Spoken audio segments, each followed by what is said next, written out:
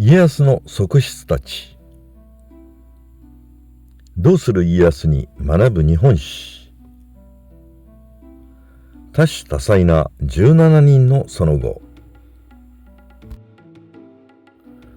徳川家康には瀬名、築山殿と豊臣秀吉の妹旭姫という2人の正室以外に17人以上の側室たちがいた。家康にはどのような側室たちがいたのかを見ていこう。瀬名は信康と亀姫の2人を産んだが、その後に子供ができなかったため、家康の母於大の方が側室を持つよう家康に勧めた。そして於大の方は瀬名に仕えていた鵜殿氏の娘西郡の局を側室に選んだ。西郡の局の祖母は於大の方の叔母で、西郡の局と家康はまたいとこであった。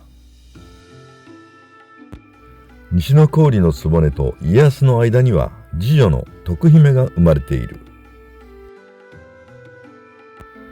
西郡の局は1606年慶長11年に伏見城で没している。小郷の局は三河の永見義秀もしくは大阪町井村田氏の娘だと言われるが、瀬名に仕えて奥勤めをしていた。家康が小郷の局を見初めて次男結城秀康を設けている。結城秀康は一時的に豊臣秀吉の人質に出されたが、後に家康に越前75万石を与えられ、越前松平家の祖となった。小郷の局も秀康に伴って越前に下ったが、秀康が34歳の若さで没すると剃髪し、家康が亡くなった3年後の1619年元和5年に死去した。於愛の方は三河国衆の西郷正勝の孫娘で、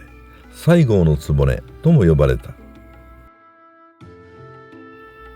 縁戚の西郷義勝に嫁いで一女を設けたが、義勝が戦死する。その後に家康に見初められて三男秀忠と四男松平忠義を生んだ於愛の方だが、駿府で28歳の時に逝去している。側室の中でも変わり種はお茶の方である。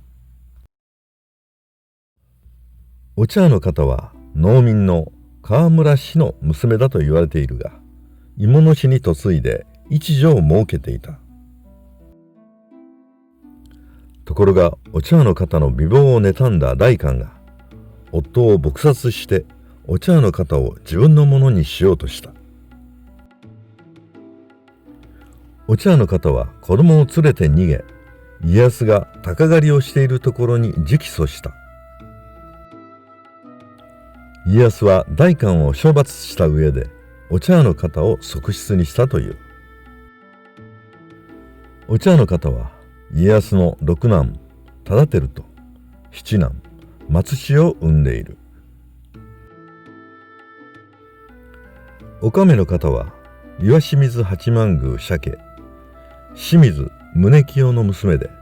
竹越正時に嫁いだ。しかし夫が何らかの理由で切腹したため、家康の側室となっている。おかめの方は家康の八男千千代と九男義直を生んでいる。義直は後に御三家の一つの尾張徳川62万石の祖となった人物である。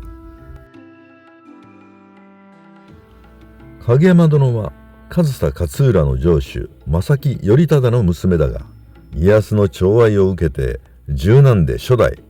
紀伊藩主徳川頼信と11男で初代水戸藩主徳川頼房を設けた。正木家の旧姓は三浦氏で、源頼朝に仕えた三浦義明の末裔という由緒ある家柄であった。影山殿は2人の息子が共に御三家になったのを見届けて、1653年承応2年に74歳で逝去した。阿茶局は甲斐武田氏の旧臣飯田直政の娘で、今川氏家人の神尾忠重に嫁いで一男を設けた。しかし夫を失い25歳で家康の側室となっている。阿茶局は戦場へも家康に付き従ったが、陣中で出産したため流産となって以後子供ができなかった。阿茶局は政治的な才能にも恵まれ、大阪の陣では豊臣氏との交渉役となって活躍している。家康は若い時は子供を多く作るために御家、未亡人などの継産婦、いわゆる出産経験者を主に側室にした。計算高い家康は側室選びも合理的に行ったのである。しかし年齢を重ね子供を作る必要がなくなると、家康は若い女性を側室にしている。寵愛されたお六の方などは10代前半で側室となり、家康が亡くなった時はまだ19歳であった。徳川幕府が安定して長く続いた理由の一つに、家康が2人の正室と17人以上と言われる側室を持ち、11男5女の子供を設け、その子供たちを的確に政略結婚に用いたことが挙げられる。現代のように医療が発達していない時代においては、疫病などで子孫を絶やすことも多かった。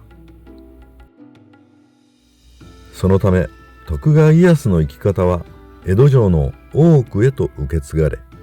代々の将軍は多くの側室に多くの子供たちを産ませるという習慣ができ、徳川幕府は260年間という長きにわたって命脈を保ったのである。